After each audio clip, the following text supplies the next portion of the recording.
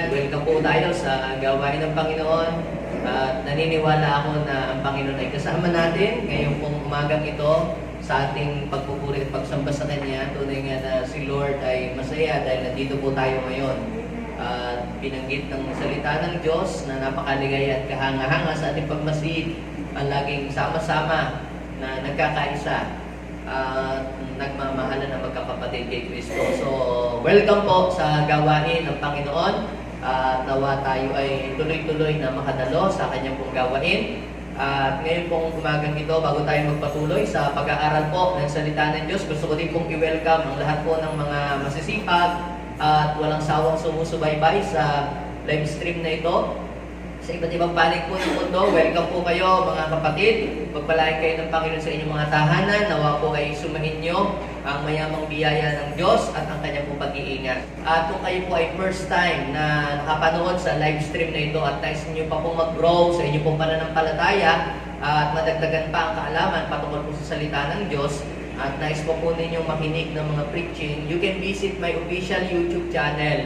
I-search nyo lamang po yung Cleo Rojas sa YouTube. Then, mag-subscribe po kayo. Just hit the subscribe button and the notification bell para ma-notify po kayo sa mga videos na akin pong na-upload regularly. So, salamat po sa inyong pong pagsuporta sa ating pong live stream. Bago po tayo mag-start, mga kapatid, i-share po natin ito pong message na ito sa ating pong Facebook upang sa gayon ay marami pong makapakinig at malayo po ang maabot ng salita ng Diyos. Kaya kung ready na po kayo mga kapatid sa inyong pong mga tahanan, just comment down below at sabihin po ninyo, I am ready to receive the word of the Lord. Okay, ngayong pong month of October, we are talking about holiness. Pinag-uusapan po natin yung pong living a holy life at bakit po ba natin kinakailangan mamuhay na may kabanalan? Dahil po yung pong ating Diyos na sinasamba at ang Diyos na lumikha sa atin at lumalang sa atin, siya po ay banal. Yan po ang isa po sa mga attributes ni God, yung pong kabanalan. Hindi lamang siya loving God, hindi lamang siya blesser, hindi lang siya healer, siya din po ay banal. So dahil po siya ay banal, mga kapatid, sinabi din po ng Biblia na dapat din daw po tayong magpakabanal. Kung ano ang Lord, yun din daw po tayo. At ang purpose ng pagtawag sa atin ng Diyos, mga kapatid, ay para po tayo ay gawing banal. Wala isa man po sa atin, mga kapatid, na banal na nung tawagin ng Panginoon. Lahat po tayo ay nasa karumihan. Lahat po tayo ay nasa kasalanan. Nasa putik ng kasalanan nung tayo ay tawagin ng Panginoon. At ang purpose ng pagtawag sa atin ng Panginoon, para po tayo ay linisin, ibig sabihin ng linisin ay banalin, at maging kawangis ni Kristo. At sa ating pagsunod at sa ating pong paglakad sa salita ng Diyos, tayo ay patuloy na binabanal ng ating Panginoon. Sapagkat yung pong holiness ng Diyos sa ating pong buhay, yan po ay progressive. Dapat po ito ay patuloy na mag-increase ang kabanalan sa buhay natin habang tayo tumatagal sa pananampalataya kay Kristo, habang tayo po ay nagpapatuloy, dapat po ang buhay natin ay pabanal ng pabanal.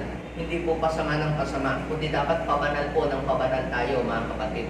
Ngayon pong umagang ito, mga kapatid, ang pamagat ng aking pong i-share sa bawat isa po sa atin ay respecting the holiness of God. Respecting the holiness of God. Okay, samahan po ninyo ako sa pagbabasa po natin ng salita ng Diyos. At ito po ay makikita po natin sa 2 Corinthians chapter 7, verse 1. Dear friends, since we have those promises, we should wash ourselves clean from all that makes both body and spirit dirty, aiming for complete holiness. Sabihin natin, complete holiness. Isa pa, complete holiness. Kayo po mga nanonood dyan, kung naririnig po ninyo ako, just comment down below at sabihin po ninyo, complete holiness. Sabi po dito, aiming for complete holiness out of reverence for God. Aim complete holiness out of reverence for God. Pagpalain po ng Diyos ang pagbasa natin ng kanyang banal na mga salita. Ito pong sulat na ito ay sinulat ni Apostol Pablo sa mga taga-Korinto, sapagkat ang mga taga-Korinto po, sila po'y namumuhay na bilang karnal. Bagamat sila po ay marami po mga gifts, marami po silang mga talento, sila po ay maraming kakayahan, bukod tangi po ang Church of Corinth na napakarami po mga gifts ng mga believer doon. Kaya lamang, sa kabila ng marami po silang mga gifts and talents, iba't ibang mga bagay na tinanggap nila sa Panginoon, mga spiritual gifts, sila naman po ay hindi namumuhay sa kabanalan, sila naman po ay karnal. Kaya pinaalalahanan ni Pablo na tayo ay tumanggap tayo ng mga pangako ng Diyos. Ano ba yung pangako ng Diyos? Siya sasama sa atin, tayo ay kanyang tutulungan, tayo ay kanyang ililigtas, tayo ay kanyang sasamahan. At sabi po niya, doon sa Tagalog, na yamang tayo tumanggap ng ganitong mga pangako, ay linisin natin ang ating katawan at ang ating espiritu sa mga bagay na makapagpaparumi sa atin. At sa halip ay sikapin natin maging banal at magkaroon tayo ng paggalang sa ating Panginoon. Bakit po? Sapagkat God deserves respect. God's holiness deserves our respect. Kami po nung mga bata pa ay sinasabihan lagi ng aming mga lola, lolo, at saka mga magulang na pagka po may mga ibang tao sa bahay, lalo na po mga matatanda na pupunta sa amin, ay kinakailangan daw kung kami ay mag-bless. Yan po ay isang form of what? Form of respect sa kulturang Pinoy. Yung pagka mayroong mga matatanda sa bahay, mga tito, tita, at mga nakatatanda, ay kinakailangan daw pong magmamano. Yan po ang isa sa mga pagpapakita ng pagrespeto sa mga matatanda at ganoon din sa mga magulang. At ang isa pa po ay sinasabi sa amin na pagka nag-uusap ang mga matatanda, ay huwag magulo. That is another way ng pagrespeto sa mga nakakatandang tao. At ang isa pa po, kapag ka nag-uusap ang mga matatanda, huwag kang makikisabat. Dahil yun ay disrespectful at wala kang paggalang sa mga matatanda. So, kinakailangan ipakita ang pagrespeto sa mga nakakatandang tao. Now, kung ang mga matatandang tao o mga nakakatanda ay deserve nila na sila ay i-respect, how much more ang ating Lord? How much more ang ating pong Creator? He is perfect. He is holy. Kung yung tao na hindi perfect, kapag ka matanda, kinakailangan respeto yung kanyang pagiging matanda niya, even though siya ay hindi perfect. Eh, how much more si God na siya ay perfect, siya ay holy, siya ay banal, siya ay malinis. So, our God deserves respect. Lalo na tayo po na kumikilala at tumanggap sa Kanya. Si Lord ay naghahangad ng mataas na pagrespeto ng Kanyang mga anak para sa Kanya. Katunayan niya, sinasabi ng Panginoon, di ba, nakalagay sa Ten Commandments na huwag mong gagamitin ang pangalan ng Diyos sa mga walang kabuluhang mga bagay. It means you must respect the Lord, lalo na sa mga biruan. Huwag natin gagamitin ang salita ng Diyos o bibigkasin man lang ang salita ng Diyos sa mga biruan at sa mga bagay na walang kakasay-kasaysayang mga bagay. Kung magbibiro ka sa iyong kapwa, ay huwag mong isali ang Diyos sa pagbibiro because our God is holy. That is respect. At sinabi din ng Panginoon doon sa Matthew chapter 12, 31, 32 na huwag daw po tayo magsalita ng against sa Holy Spirit. Laitin mo na ang Ama. Laitin mo na ang Anak. Pero kapag nilait mo ang banal na Espiritu ng Diyos, ay hindi ka niya mapapatawad. Sapagkat taglay ng Holy Spirit ang kabanalan ng Diyos. Kaya nga pagka nandiyan ang Holy Spirit, ay kinakailangang mag-behave ka. Kung paano pag may mga matatanda, nag-behave ka.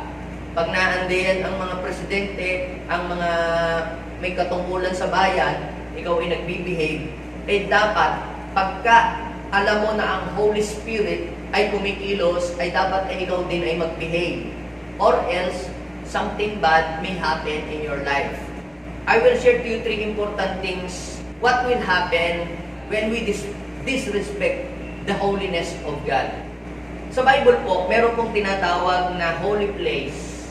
Meron din tinatawag sa Bible na holy temple. Tinawag ng Panginoon ng kanyang bayan na holy nation. Tinawag ng Panginoon yung pong kanyang mga hinirang na holy o banal. Kapag sinabi po kasi natin holy, it means separate. ikaw ay inihiwalay o ikaw ay ibinukod. Kapag sinabing holy, it means you are consecrated for God. You are separated for God. Kaya yung kapag ka magbibigay ka sa Panginoon, di ba? Ibukod ninyo ang ika-10 bahagi. Bakit hindi ihalo? Ang tawag doon ay, sabi ay ibukod. It means your 10% or your tithes is holy before God. Kaya ang ibig sabihin po ng holy, mga kapatid, it means separate. Kaya sinabi nga ng Bible, di ba? Do not conform to the pattern of this world, but be transformed. Huwag tayong umayon sa takbo ng mundong ito. Mag-iba na tayo at magbago ng ating lakad. So, ibig sabihin, you must separate your life from evil things. Yun sa mga bagay na mga makamundong bagay. So, ano pong ibig sabihin nito? Pupunta tayo sa Mars para humiwalay tayo doon sa mga taga rito, sa mga makamundong bagay? Hindi po. Ibig sabihin ay hindi ka magko-compromise, hindi ka magko-conform, kundi kinakailangan ang ating buhay ilayo natin doon sa mga bagay na makapagpaparumi sa ating katawan at sa ating espiritu. Noong araw, meron tinatawag na holy temple, meron tinatawag na holy vessel, meron tinatawag na holy place, meron pang tinatawag na holy people.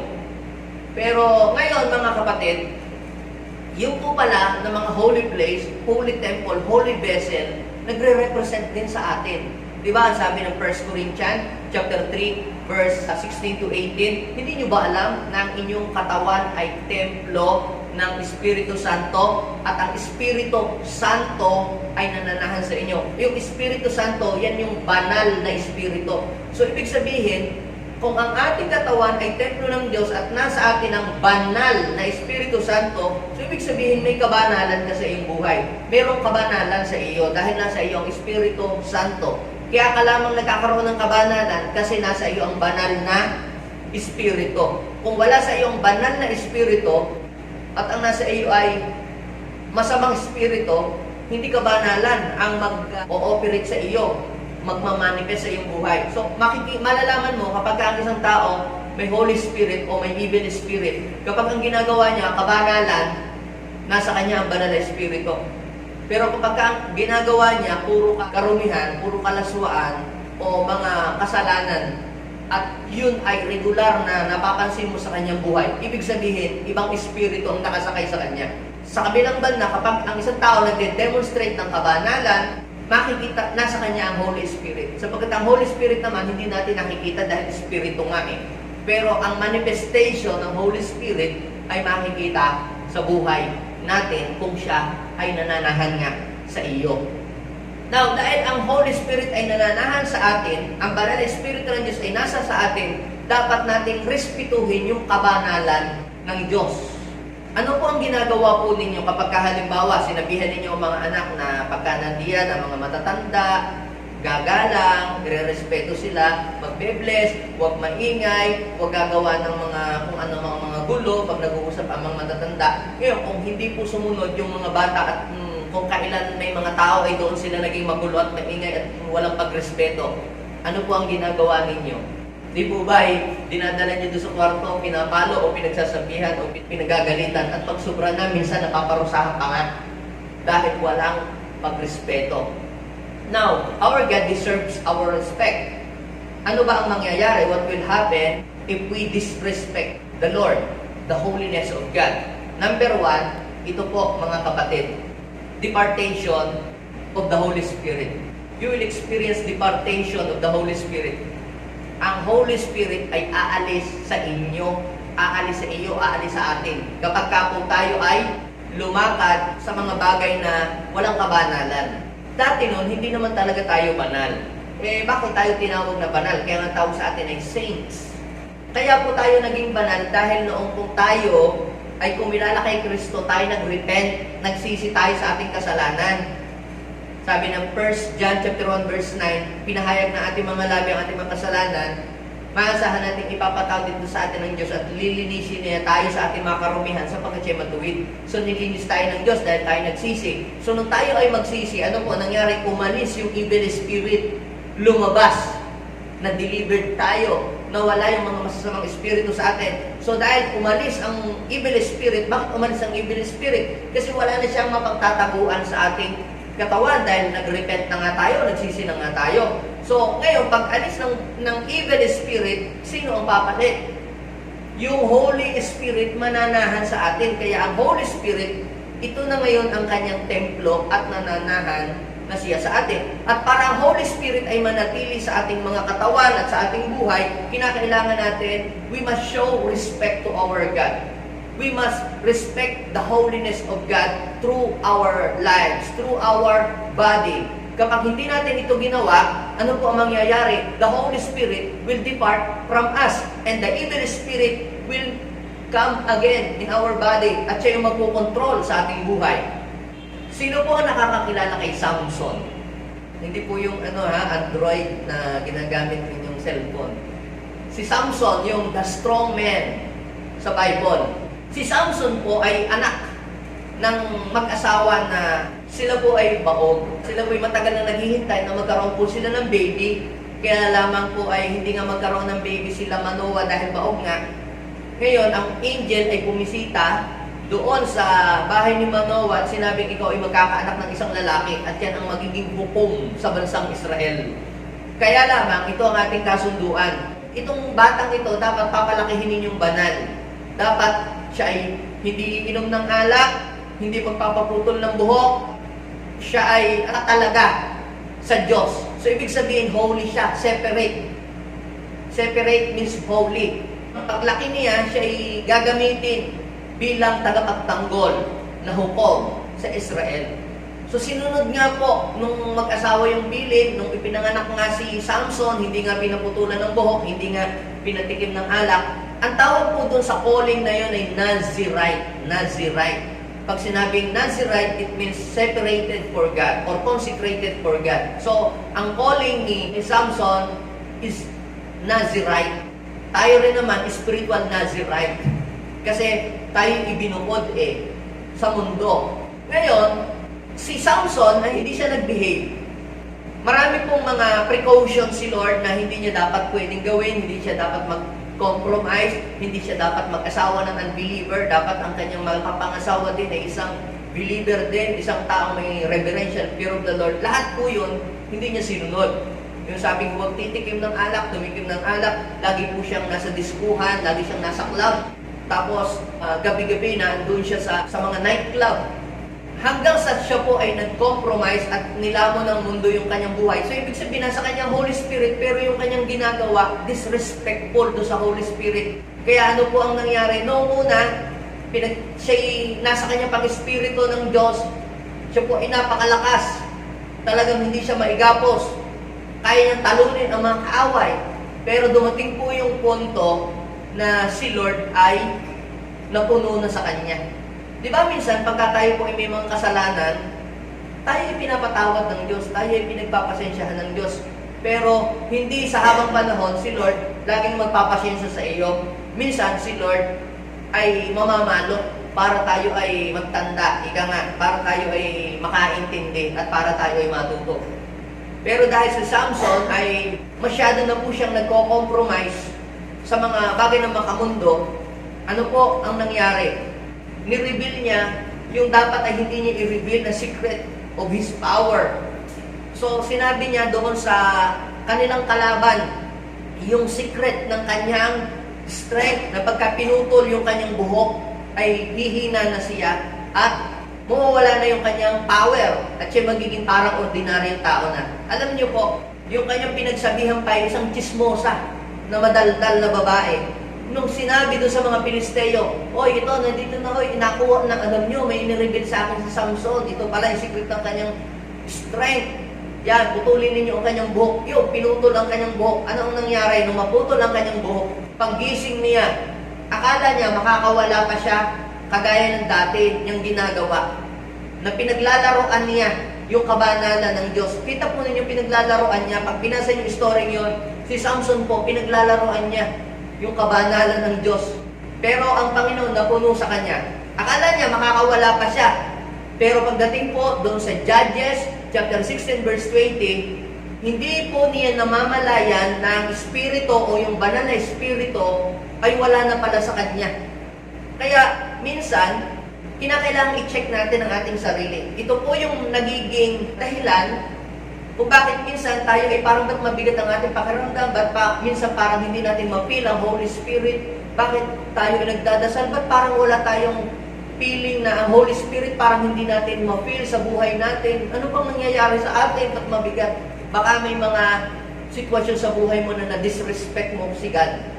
At kapag nalaman mo na ikaw pala ay nakapag-disrespect kay God, ikaw agad ay magpakumbaba at magsisi. Dahil kung hindi mo ito gagawin, ang Holy Spirit ay aalis sa iyo. At ano po ang nangyari kay Samson nung ang Espiritu ay umalis sa kanya? Una, nawala na yung kanyang strength. Nawalan siya ng lakas, siya ay nanghina. Kaya pagka ikaw ay dinidisrespect mo yung kabanalan ng Diyos dahil nasa ang Holy Spirit, pero dinidisrespect mo siya, ikaw ay manghihina. Kaya ang dami nanghihina ang spiritual, nanlalamig sa spiritual. Pangalawa, nagiging slave. Kaya pagka ikaw ay nagiging disrespectful, hindi ka nalalakad sa kabanalan, ikaw ay magiging slave ng kaaway. Pangatlong nangyari po sa kanya, bukod po sa siya naging slave, siya po ay nabulag. Nabulag siya, di ba? Binulag siya ng kanyang mga kaaway. Kaya minsan, wala ka nang makitang revelation sa Bible. Wala ka nang ma-receive ng mga pangitain. Wala ka nang ma-receive ng mga direction kay Lord, nabulag ka na. Baka ikaw ay nag-disrespect kay Lord. At hindi lang yun, naghirap. Di ba naghirap si Samson? Nagtrabaho siya sa gilingan. Kasi noon, ang naghihila ng gilingan, para umikot ang gilingan, mga asno at mga toro. Ngayon, ang ginawa po ng mga Pilisteo na kanya pong kalaban, siya po ang pinaghila ng gilingan para magbiit ng trigo. So, ibig sabihin, naghirap siya. At ang pinaka-nakakalungkot, siya po ay namatay kasama ang mga unbeliever. Kasama ang mga Pilisteo. Kaya, mga kapatid, huwag nating i-disrespect si Lord. Huwag nating i-disrespect yung kabanalan ng Lord. Or else, pwede tayong mapagaya kay Samson. Kung si Samson nga, hindi pinalampas ng Diyos siya ay pinangako doon sa mag-asawa na siya gagamitin, ginagamit siya. Pero dahil si Samson ay naging disrespectful sa kabanalan ng Diyos at hindi niya iningatan yung pagiging Nazirite niya, ano po ang nangyari? Umalis ang banal na Espiritu Santo ng Diyos sa kanya, kaya po siya ay naging alipin at naging nakakalungkot ang ending ng kanyang buhay. Napakaganda ng kanyang simula, pero nakakalungkot ang ending ng buhay niya. Bakit? Because Samson disrespect the holiness of God. Tayo rin, mga kapatid, we are spiritual Nazirite. At si Samson ay isang halimbawa na hindi natin dapat tularan siya. Siya ay halimbawa na hindi natin dapat gayahin. Dapat hindi tayo magko-compromise. Kundi kinakailangan na ingatan natin ang ating katawan at espiritu na lumayo sa mga bagay na makapagdudulot ng karumihan sa ating buhay para hindi natin ma-disrespect si God. Ang isa pang halimbawa ng nag-disrespect kay God ay si King Saul.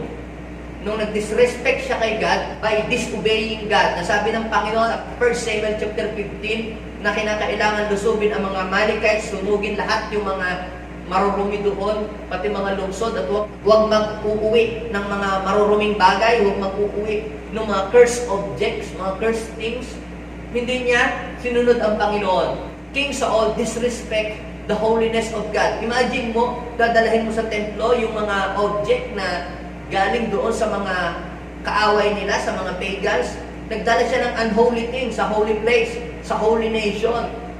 So ano po ang nangyari? Kaya po yung mga tao, sa halip na hindi sasamba sa Diyos-Diyosan, matututong sumamba sa Diyos-Diyosan dahil yan, that is disrespectful.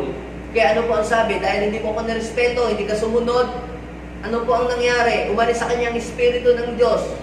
Lumipat kay David. Pag binasa niyo po yung 1 Samuel chapter 16 verse 14, nung umalis ang espiritu kay Saul, yung banal na espiritu, ano ang pumalit? Yung masamang espiritu. Kapag paulit-ulit mong dinidisrespect si God, mararanasan mo yung departation of the Holy Spirit. Kaya para hindi mawala ang Holy Spirit sa atin, kapag may mga bagay na nagagawa nating unholy thing, mag-repent tayo agad. Si David din po ay na-disrespect niya si God. Pero immediately, he repented and surrendered himself to God. Nung sabihin niya na nung po siya nagkasala 3 times, pero agad siya po ay nag-repent. Doon po sa Psalms chapter 51 verse 10, sabi niya, "Create in me a clean heart, O God, and renew the right spirit within me. Restore unto me the joy of my salvation, and take not thy Holy Spirit from me." Kaya si David ay nakaligtas doon sa departation ng Holy Spirit, totally. Kasi nararamdaman na niya eh. Sabi niya doon sa Psalms 32, "Nung hindi ko pa na ipapahayag ang aking mga kasalanan, nararamdaman ko ang bigat ng iyong mga kamay." Hindi niya na mapil ang presence ni God. Ibig sabihin, unti-unti nang humihiwalay ang Banal Espiritu Santo. Kung tinuloy-tuloy pa ni David yung kanyang ginagawang kaliguan, malamang ang Espiritu ng Diyos ay totally mawala sa kanya, kagaya ng pagkawala ng Espiritu ng Diyos kay Saul.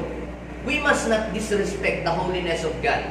Ang pangalawa pong nangyayari, kapag ang isang tao ay dinisrespect niya, yung holiness ni God ay losing of God's blessing. Walang taong naghahangad na mawala ang mga blessing ni Lord. Pero alam niyo po, yung pag-disrespect kay God, nagbubukas tayo ng pintuan para si Satanas ay manakawan tayo ng maraming mga pagpapala. Ano ba ang mga pagpapala na yon? Pwedeng yan ay spiritual blessings, pwedeng yan ay anointing, pwedeng yung pagpapala na yan ay promotion, pwedeng yan ay trabaho, pwedeng yan ay mga material blessing, or pwedeng yan yung mga pangako ng Diyos. Ngayon, kapag nag-disrespect tayo kay Lord, kahit pa yung blessing na yan, ipinangako ng Diyos sa iyo, pero pag dinisrespect mo pala yung kabanalan ng Diyos, pwedeng mawala pa yun sa iyo. May kasabihan tayo, may pera na, naging bato pa. Kapag ikaw pala ay naging disrespectful sa holiness ni God, pwede na yung mga blessing and promises, kahit pinangako na yan ng Diyos sa iyo, pwedeng mawala pa sa iyo. Kapag ikaw ay nag-disrespect pala sa kabanalan ng Diyos. Ang halimbawa po niyan ay si Moses. Alam natin si Moses is the meekest man on earth. Wala daw po siyang katulad sa balat ng lupa. Iba yung pakikipag-usap ng Diyos kay Moses. Kapag pala iba yung trato sa iyo ng Diyos, dapat iba din yung ginagawa mo para sa Panginoon. Pagtaas ng iyong katungkulan, pagtaas ng iyong posisyon, pagtaas ng iyong paglapit mo sa Diyos, dapat paglayo mo sa mga worldly things. Hindi po pwedeng malapit ka sa Diyos, tapos malapit ka pa rin sa mga worldly things. Habang lumalapit ka sa Diyos, dapat lumalayo ka sa mga worldly things. At itinataas mo din yung level ng iyong pagiging banal. Habang nagiging kakaibigan ka ng Lord at lumalalim yung pakikipagkaibigan mo sa Lord, dapat sumaseparate ka naman sa mga worldly things. Mapapansin niyo po na may mga sitwasyon sa buhay po ni Moses na nagkaroon po siya ng pagdidisrespect kay God. Ano po ba ang unang pagdisrespect niya kay God? Yung siya tinawag ng Panginoon para pumunta sa Egypt at kuhanin ng mga Israelita at ilabas. Alam po naman natin na ang mga Hudyo ay inutusan ng Panginoon na dapat tutuliin ang mga anak. Pangalawa, hindi dapat mag-asawa ng mga taga-ibang bansa. Pero si Moses, kumbaga parang hindi niya binigyan ng importansya. And that night, siya po ay nasa isang lugar na hindi isang ordinaryong lugar. Parang halimbawa, ganito, yung palengke, ordinaryong lugar. Yung church ay hindi isang ordinaryong lugar. Bakit? Kasi doon sa church, umababa doon yung presensya ng Diyos, di ba? Ibig sabihin doon sinasamba si Lord. May lugar kung saan pwede kang magsisigaw, pwede kang magwala dyan. Pwede yan eh. Pero may lugar na dapat mananahimik ka at magre-respeto ka. Dahil alam mo na bumababa doon ang presence ni Lord. Doon po sa Exodus chapter 4, doon sa bandang huli. Tangkang papatayin siya ni Lord. Imagine nyo kung inutusan siya tapos biglang papatayin siya. Bakit? That time, wala siya sa isang ordinaryong lugar. Naando siya sa banal na lugar. At pag nasa banal na lugar kayo, mas respect the Lord. Wala siyang pinipili. Kapag naandoon ka, kahit sino ka pa. Parang ganito po yan eh. Bakit ganon? Siya ay papatayin ni Lord. Kaya ang ginawa nga ng kanyang asawa, agad, tinuli agad yung anak, tapos pinahid ang kanyang dugo. Kaya siya pinahid yung dugo sa noo pa, kaya nakaligtas siya. Tayo rin naman pwede rin tayo mapahamak dahil sa ating mga kasalanan Pero dahil sa dugo ni Jesus na kinover sa atin, kaya tayo ay nakakaligtas Parang ganito po ang kabanalan ng Diyos, mga kapatid. Yung pong kuryente, napakalakas na voltahe niyan. Yung pinanggagalingan niyan. Kaya may mga karatula na nakalagay doon na do not approach 50 meters away. Huwag kayong lalapit dito dahil ito ay high voltage. Ngayon, ikaw naman, susuwayin mo, hindi mo susundin yung lalapit ka nga. Kahit sino ka pa, kahit anak ka ng mayor, kahit ikaw pa yung anak ng may-ari, nung planta, mamamatay ka pag lumapit ka doon. Bakit? Kasi high voltage nga yun Hindi mo po pwedeng bawasan. Dahil yun na siya Fix na yun Ikaw ang mag-a-adjust. Ano pong ibig sabihin? Ganun din yung kabanalan ng Diyos. Hindi po pwedeng mag-adjust si Lord ng kanyang kabanalan. Tingnan mo na, babawasan po ang aking kabanalan. Kasi nandito si Pastor Cleo. Hindi Ako ang mag-a-adjust. Ako dapat ang mag-aayos sa aking sarili. Hindi si Lord. Dahil si Lord sa niya maayos na. So, si Moses, hindi niya inaayos yung kanyang sarili. Tinawag niya siya ng Diyos, pero meron siyang dapat ayusin, hindi niya pa inaayos. Pangalawa, alam niyo po yung pag-disrespect. Galing siya sa bundok, katatapos lang niya mag-pray, dala-dala niya yung tablet, tapos nakita niya yung mga tao nagsasayawan. Sa galit po ni Moses, ibinalibag niya yung tablet, yung iPad 1 at saka iPad 2. Binagsak niya sa lupa. Ano yun? Yun yung Bible noong araw Yung Bible, ibinato. Ibinato yung Ten Commandments na si Lord mismo ang nagsulat noon. Ibinalibag niya yung Ten Commandments. So yung utos ng Panginoon, binagsak niya sa lupa, di durog-durog. And that is disrespectful. Pero pinagpasensyahan pa rin ni Lord si Moses. Pero may punishment, akyat uli sa bundok. Pinakyat uli, 40 days ka uli doon. At ikaw may kumuha ng bato. Siya na ngayon ang pinagkuha ni Lord ng bato. At siya na ngayon ang pinag-ukit. Kasi yung una, binagsak niya. So may punishment si Lord. Aside doon, ito pa ang nangyari. Noong ang mga Israelita ay nasa ilang at sila po ay nauhaw, kailangan nila ng tubig, wala silang mainom Basahin niyo po yung Numbers chapter 20 verse 7 to 8. Ano po ang sabi ng Numbers chapter 20 verse 7 to 8? Ang sabi po doon ng Panginoon, Moses, dalahin mo yung tungkod ni Aaron, pumunta kayo doon sa bato, kausapin, magsalita ka, lalabas ang tubig. Anong sabi? Dalahin yung tungkod, tapos magsalita ka doon sa bato. Pumunta nga naman si Moses. Pero anong ginawa ni Moses nung naandoon na sa harap ng bato? Hindi niya alam na si Lord pala ay nagre-represent kay God yung bato na yun. Yung bato na palang yun, nandun si Lord. Kasi kung nasaan si Lord, nandun yung kanyang kabanalan nagiging banal yung lugar kasi nandun ang Diyos. Hindi niya alam, nandun si Lord. So sabi niya, pamalabas kami ng tubig dito. Basahin niyo po yung Numbers chapter 20, verse 11, 12, 13. Ano po ang nakalagay? Sabi po doon, mga kapatid, hinampas ni Moses yung bato ng ilang beses. Bumukal ang tubig. Pero ang sabi ng verse 12, hindi natuwa ang Panginoon kay Moses at kay Aaron. Ano ang sabi po ni Lord? Dahil hindi ninyo ako nirespeto, dahil sa kakulangan ng inyong pananalig na maipakita ang aking kabanalan sa harapan ng mga tao, kayong dalawa, hindi kayo makakarating sa promised land. It hurts. Grabe naman, Lord. Bigat mo. Ang pangako ng Lord, dadalhin sila sa promised land. Pero si Moses ay nagdabog kasi siya Kapag ka po alam natin na nandiyan yung kabanalan ng Diyos, huwag kang magdabog. Pag nasa church ka, huwag kang magdadabog. Kapag nasa church ka, igalang mo presensya ng Diyos. Kapag alam mo na may presence ni Lord sa lugar na yan, you must respect. So anong nangyari doon? Moses and Aaron lose the blessing that God has promised to them. Kaya kahit pa gaano katindi ang calling mo, gaano ka-special yung pagtawag sa iyo ng Panginoon, pero kung ikaw na tinawag ay naging disrespectful sa kabanalan ng Diyos, you will be disqualified. And you will miss the blessing of God. that He has prepared for you. So yan po ay isang halimbawa na po pwedeng mangyari kapag dinidisrespect natin ang Diyos sa pamamagitan ng ating mga attitude. At ang pangatlo pong bagay na pwedeng mangyari when we disrespect the holiness of God is God's punishment. You will experience God's punishment. Pwedeng ikaw ay makaranas ng kaparusahan ng Diyos kapag hindi mo nirespeto yung kanyang kabanalan na nasa sa iyong taglay-taglay. Huwag mo sabihin, anak ka ng pastor, huwag mo sabihin, anak ka ng reverend, o anak ka ng obispo, o anak ka ng konsino, o anak ka ng politiko.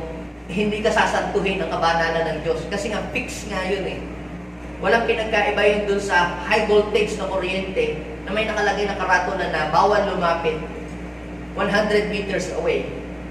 Dahil pagka lumapit ka doon, walang exemption yun. Tiyak makukuryente ka. Pwede kang higupin ng kuryente, mamatay ka. Ito pong si Aaron, may dalawa pong anak. Ang pangalan po nung anak ay si Abihu. Ngayon, ito pong dalawang ito ay nagsindi. Sabi po sa Leviticus chapter 10, verse 1 to 3. Ito pong dalawang ito ay nagsindi, nagdikit ng apoy. Pero hindi po sila karapat-dapat, and that is disrespectful.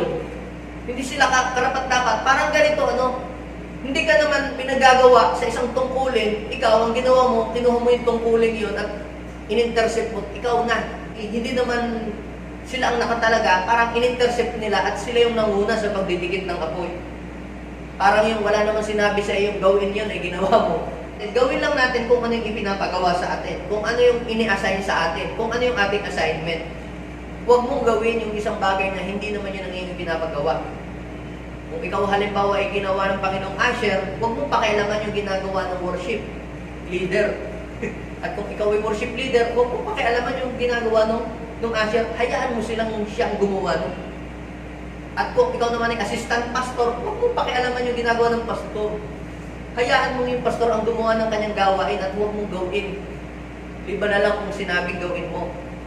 Yung mga anak ni Aaron, sabi di ba, hindi naman yung pinapagawa sa kanila, nagsindi ng apoy. Ano ang nangyari pagkatapos? Nagalit ang Panginoon, nagpababa ng apoy, anong nangyari? Sunog silang dalawa. Patay. Kung hindi pinalampas ang Panginoon, kahit anak ka pa ni Aaron, patay eh. Ano sabi ni Moses sa verse 3? Yan ang sinasabi ko sa iyo, Aaron. Yan ang ibig sabihin na dapat ay tayo magpakabanal.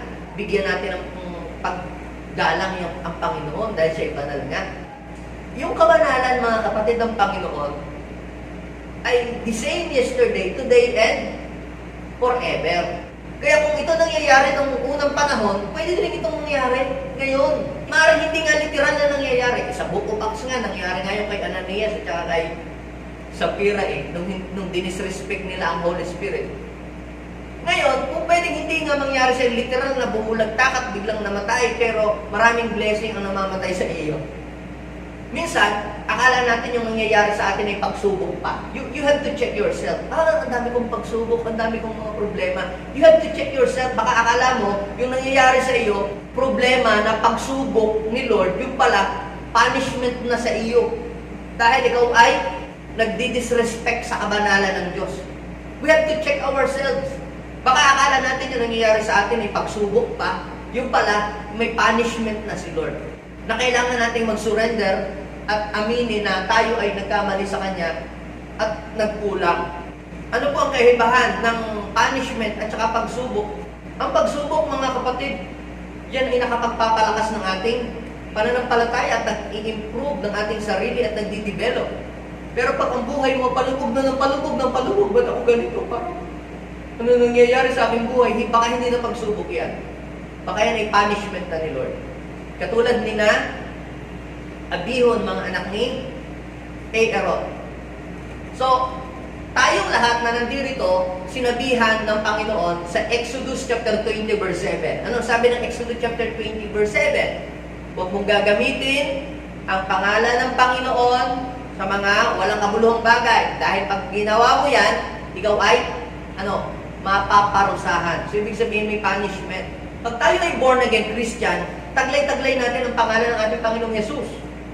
Huwag mong gagamitin Yung pagiging Kristiyano mo para makapangloko ng iyong kapwa, para makapanggancho, para makapanghuthot, para makapang-iskab. Yung iba ginagamit yung pangalan, nagtatago sa pangalang Kristiyano, at nagtatago doon sa pangalang born again din kami, kasamahan kami niyan, kaisa kami dyan, sa mga personal interest. Ibig sabihin niya, ginagamit mo ang pangalan ng Panginoon. Kaya huwag mong gagamitin ng Panginoon, huwag ka nang magpakilalang Kristiyano. Kung ikaw ay gagawa ng kalikuha, huwag ka na nang magpakilalang Kristiyano. Para mag-join doon sa iyong mga pinag-join na kung ano ba yung mga pinag-join mo ngayon, nakikita ka dito, nakikita ka dyan, Kristiyano kami, nandito sa amin ang mga Kristiyano, tapos magdadasal-dasal pa kayong mga ganyan, ay yung pala namang mga ginagawa ninyo, mga illegal pala yun, nagtatago pa kayo doon sa mga pangalang Kristiyano, nagtatago pa kayo sa pangalang Kristo, pangalang Jesus. You are using the name of the Lord sa mga bagay na hindi mabuti. At ang sabi ng Panginoon, parurusahan ko ang sino mang gumamit ng aking pangalan sa mga bagay na hindi magaganda. Dapat nating ingatan yung pangalan na nataglay natin na galing sa Panginoon. Bakit po? Kasi yung pangalan ng Diyos ay banal. Iba yun, hindi yun ordinaryo. Our God is not ordinary person na pwede mong batok-batukan sa puwet. Pwede mong biru-biruin.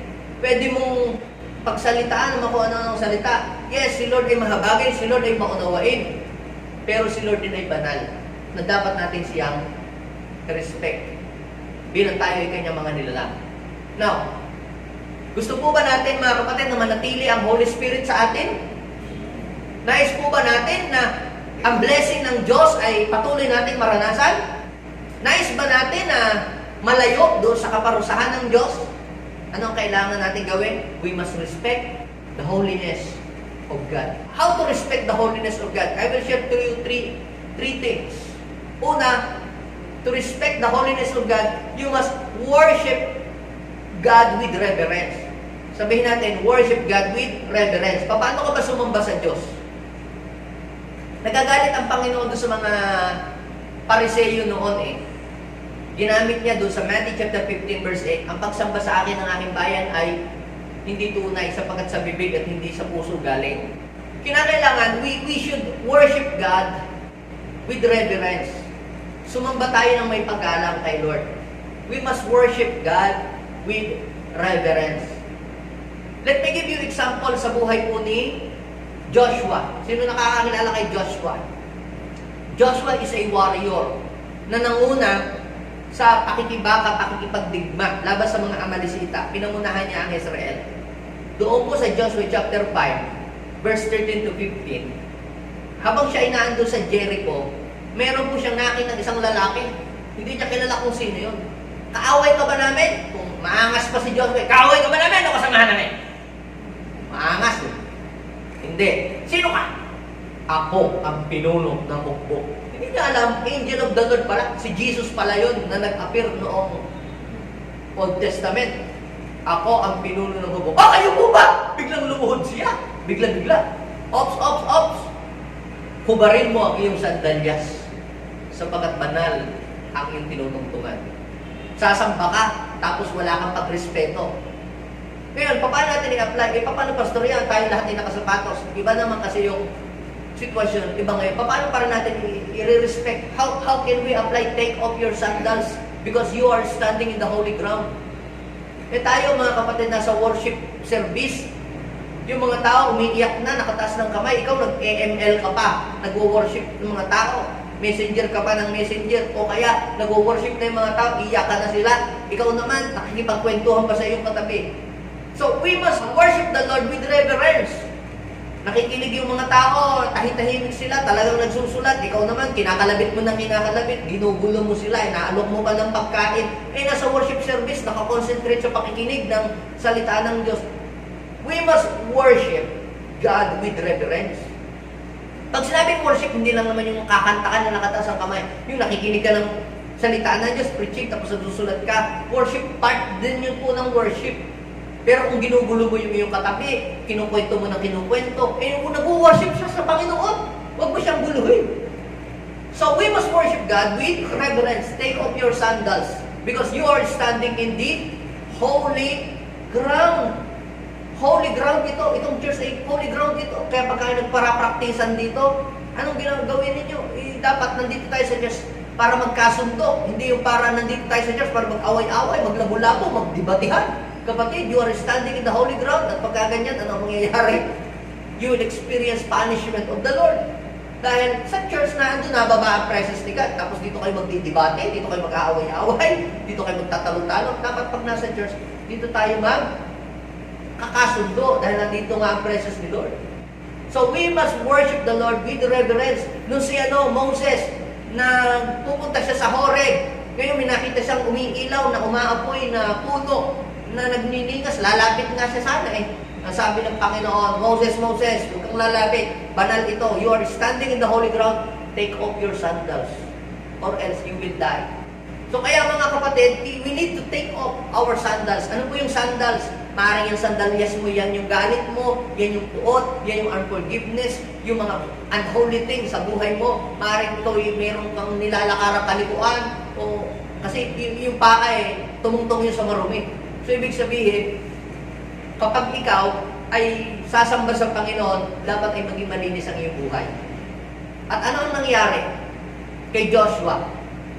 Noong siya'y sumamba sa Diyos nung mayroong paggalang, sinamahan siya ng Panginoon at walang nakatalo sa kanya. Nakapasok siya sa promised land because Joshua gave a high respect to the holiness of God. Si Moses hindi nakapasok, si Joshua nakapasok. Bakit? Because Joshua gave a high respect to the holiness of God. Pangalawa, how to give respect to the holiness of God, ito po. Obey God without murmuring. Obey God without murmuring. Kayo po mga magulang, nasubukan niyo po bang mag-utos sa inyong anak? Kaya lang, pabibilihin niyo ng suka o mantika, isang tanghaling magluluto na ng pagkain, nagpapa-level up doon sa kwarto. Malapit nang mapatay ang kalaban. Tinawag ninyo at bumili ng suka, mantika, doon sa tindahan. Hindi lang sa pinag-utusan! Ano ba yan? Bakit ang ginagawa ito? Bisit! Sumunod nga, pero bumili nga ng mantika, pero pagabog naman. Yan, mantika! Sumunod ka, pero nagre-reklamo ka. Hindi ho yun ang tunay na pagsunod. Ang tunay na pagsunod, obedience without murmuring. Because murmuring is evil way of speaking. Parang nagagalit ka sa Diyos, Sumusunod ka, pero ikaw ay galit. Alam niyo po, pag sumunod tayo sa Panginoon, dapat hindi tayo nagre-reklamo. Karapat dapat siyang sundin dahil siya ang gumawa sa iyo. Si Lord nga, inialay niya nga ang kanyang buhay sa krus ng Kalbaryo, hindi siya nagreklamo para sa iyo. Tapos ikaw, a-attend ka lang sa church. Isusulat lang yung attendance at pangalan, nagre-reklamo ka pa. Mahirap ba yun na bagay na gawin? So ano pong ibig sabihin? We must obey God without murmuring. Kapag sumusunod ka tapos nagreklamo, that is disrespectful. Di ba katulad ng anak, sumusunod sa magulang sa utos ng magulang, pero nagdadabog naman sa bahay, mga pinggan, binabagsak pag naguhugas, and that is disrespectful. Hindi ka talaga tunay na sumusunod. Palabas lang yung pagsunod. Huwag mo na lang yung gawin. Si Abraham ay inutusan ng Panginoon na ialay ang kanyang anak doon sa Mount Moriah, Genesis chapter 22. Pero si Abraham ay sumunod sa Diyos nang hindi nagrereklamo. Bagamat yung ipinapagawa ng Panginoon ay napakahirap gawin, pero hindi siya nagreklamo sa Diyos. Dahil alam niya na pati siya, lahat niya, buhay niya, anak niya, yaman niya, lahat galing sa Diyos. Kaya wala siyang karapatang magreklamo sa Diyos. Sumunod siya ng walang pagrereklamo.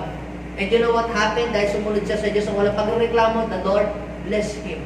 Binless ang kanyang lahi, pinagpala siyang lubos. Nirespeto niya ang Panginoon sa pamagitan ng kanyang taus-pusong pagsunod. At ang pangatlo, mga kapatid, na pwede natin gawin to respect God, the holiness of God, is give thanks to God whatever you receive from Him. Magpasalamat ka. Kunyari Pasko o birthday, nag-i-expect ka ng kung ano mang regalo sa iyong magulang, kaya lang, akala mo cake ang ibibigay sa iyo, sa iyong karawan. Pag uwi ng iyong ina, dala lang Paji bar. At saka inipit. Walang cake. Bakit ay hindi ka ako pinaggawa ng cake. Lagi niyo naman ako nutusan sa bahay. That is respectful. Dapat magpasalamat ka. Kung hindi man red ribbon yung ibinigay sa iyo at pudgy bar lang yung ibinigay sa iyo ng iyong magulang, magpasalamat ka rin. Buti nga na, ibilihan ka eh. Hindi red ribbon. Gayon din sa Panginoon, dapat tayo po ay magpasalamat. 1 Thessalonians chapter 5, verse 18. In everything, give thanks to the Lord. Magpasalamat tayo, anumang bagay na nangyari sapagkat yan ang ibig ng Panginoon. Ngayon mga kapatid, dyan tinitest yung ating karakter eh. Ikaw ba magpapasalamat sa Panginoon? Si Job, mga kapatid, nagpasalamat pa rin siya kahit sa pagsubok na dumating, kahit nawala yung kanyang kabuhayan, nawala lahat, pati ari-arian niya, pera. Pero ang sabi niya, bless the Lord, O my soul, and all that is within me, bless His holy name. At hindi daw po nagkasala si Job kahit sa kanyang salita, kasi nung dumating na yung pagsubok, ang dami mga nawala sa kanyang kabuhayan, nagpasalamat pa siya sa Panginoon. Si Lord ang magbigay, siya din ang kukuha. Alam niyo, dahil sa kanyang pagpapasalamat na yon, sabi ng Biblia sa Job chapter 42 verse 10, ano ang nangyari? Dinoble ng Panginoon yung mga nawala sa kanya. Ibinalik ng Diyos ang kanyang mga kabuhayan. Higit pa siyang yumaman kaysa doon sa dati. Sometimes tinetest ng Panginoon ang ating attitude sa mga pagsubok at mga problema na ating nararanasan. Kung ikaw ba ay magiging thankful. Alam niyo po si Jesus, nung nagpakain siya ng tinapay sa mga tao, ilan lang na maliliit na isda, ilang pirasong tinapay at ilang maliliit na isda.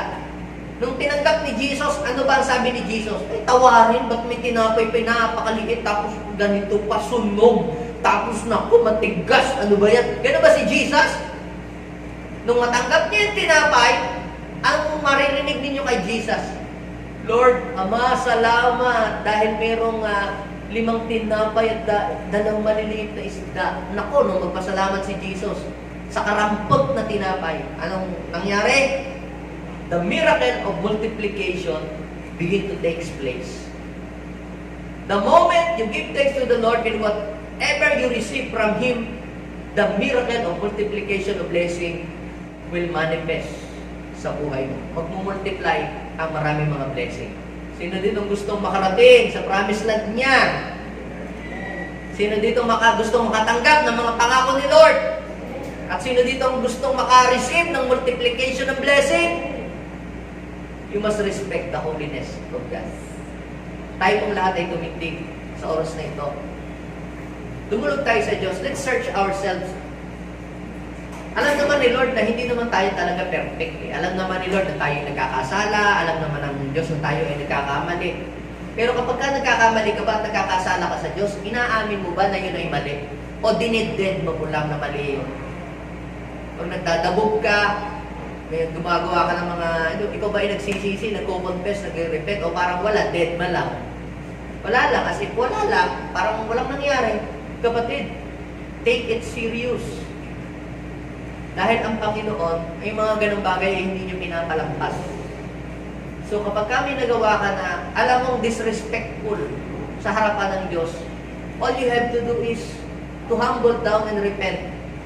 Kung ayaw mong ma-experience yung departation, losing of God's blessing and God's punishment, huwag mo nang patagalin. Huwag mo nang hintayin mangyari pa yun bago ka mag-repent. Dapat ngayon pa lang na walang nangyayaring punishment, ngayon pa lang na hindi pa umaalis ang Holy Spirit, baka nagbabalot-balot ng Holy Spirit at nag-iimpake na dahil malapit nang umalis sa iyo. Kapatid, huwag mong hayaang mangyari yun. Ngayon pa lang, kung sa tingin mo, sa palagay mo, ay meron kang disrespect na ginawa o disrespecting attitude, mag-surrender ka kay Lord. Baka hindi mo alam, nagbabalot-balot ng Holy Spirit at nag-iimpake na. Baka hindi mo alam, nakaamba na pala yung kaparusahan ni Lord. Pero huwag mo nang hintayin dumating pa tayo sa puntong. Now is the time to surrender ourselves and lives to the Lord. Itama natin ang ating buhay kung hindi maayos. Alam naman ni Lord na hindi ka perfect eh. Alam naman ng Diyos sa lahat ay nagkakamali eh. Pero nagre-repent ka ba? Nagpapakumbaba ka ba? Inaayos mo ba ang iyong buhay? Ang ina-expect ni Lord, yung hindi ka magkakamali. Ang ina-expect ni Lord, yung magre-repent ka kapag nagkamali ka. At itatama mo ang buhay mo at aaminin mo na nagkamali ka. At itutuwid mo ang iyong buhay. Yun ang ina-expect ni Lord. Hindi ina-expect ni Lord na hindi ka magkakasala. Alam ng Lord magkakasala ka eh. Alam ng Lord nagkakamali ka eh. Pero, ang ina-expect ni Lord yung mapapakumbaba ka, lalapit ka sa Kanya at pagsisisihan mo ito. Kung hindi mo yung gagawin, you will experience departation of the Holy Spirit. You will lose God's blessing and you will experience God's punishment. All we have to do is to surrender our lives. Dear Jesus, forgive us to all of our sin that we have done before you. Patawarin mo po kami na minsan dinidisrespect ka namin. Kung minsan pagdadalo tayo sa church, hindi tayo nakikinig, nakikipagkwentuhan lang tayo. Minsan, pupunta tayo sa church, ang nasa isip natin, sino yung ating pre-recruitin na sa ating mga negosyo, sino yung ating bibintahan ng mga produkto. Wala tayong isip na mag-worship. Kapatid, dapat ibahin natin ang ating isip. We have to change our mindset. Tayo ay nandirito, take off our sandals. Yung mga isipin, kung ang balak mo kaya ka pumunta dito ay magtinda, take off your sandals. Nandito tayo para mag-worship kay God. Nandito tayo para parangalan siya at pasalamatan dahil napakabuti niya sa atin. Nandito tayo sa church hindi para maghanap ng re-recruitin. Nandito tayo sa church hindi para maghanap ng kliyente. Nandito tayo sa church hindi para maghanap ng mautangan. Nandito tayo sa church para hanapin ang mukha ng Diyos. Ang mukha ng Diyos na may kabanalan na siya tutulong sa atin para bumago at ma-restore ang ating buhay. Let us pray and ask forgiveness to God. Sabihin natin, Panginoong Jesus, patawarin mo po ako sa lahat ng aking mga kasalanan. Patawarin mo po ako kung na-disrespect kita sa aking buhay. Taglay kita sa buhay ko, pero hindi ko madalas na ipapakita ang iyong kabanalan sa harapan ng mga tao. Patawarin niyo po ako, Panginoon. Linisin mo po ako sa aking mga karumihan. Panginoon, huwag ka pong umalis sa akin. Panginoon, huwag mo pong alisin ang iyong blessing. Panginoon, huwag mo po ako parusahan, mahabag ka po sa akin. Sinusuko ko sa iyo ang aking buhay. Mahabag ka, Panginoon, sa buhay ko. Alang-alang sa kamatayan ni Kristo, patawarin mo po ako sa aking mga kasalanan. Linisin mo po ang aking buhay. Panginoong Jesucristo, manahan ka sa aking puso. Tinatanggap kita bilang aking tagapagligtas. Maraming salamat po in Jesus' name. Ako na lang magpe-pray, Lord, i-bless niyo po ang mga nandirito ngayon. Help them to experience your presence and power. Hayaan mo po, Panginoon, na matuto kaming rumispeto sa iyong kabanalan. Tulungan niyo po kami na makilala ka pa namin ng lubusan. At ang lahat po ng mga taong nanood ngayon sa live stream na ito, bless them all, supply all the needs according to your riches. At hayaan mo po, Panginoon, na ang mga salita ng Diyos na kanilang narinig, hindi ito masayang, bagkus ito ay makatulong sa kanila para lalo silang maging kalugod-lugod sa iyong banal na harapan. Supply all their needs according to your riches. At kung mayroong mga may sakit, pagalingin silang lahat, O God. This is our prayer in Jesus' name. Amen and Amen. God bless po sa inyong lahat, mga kapatid.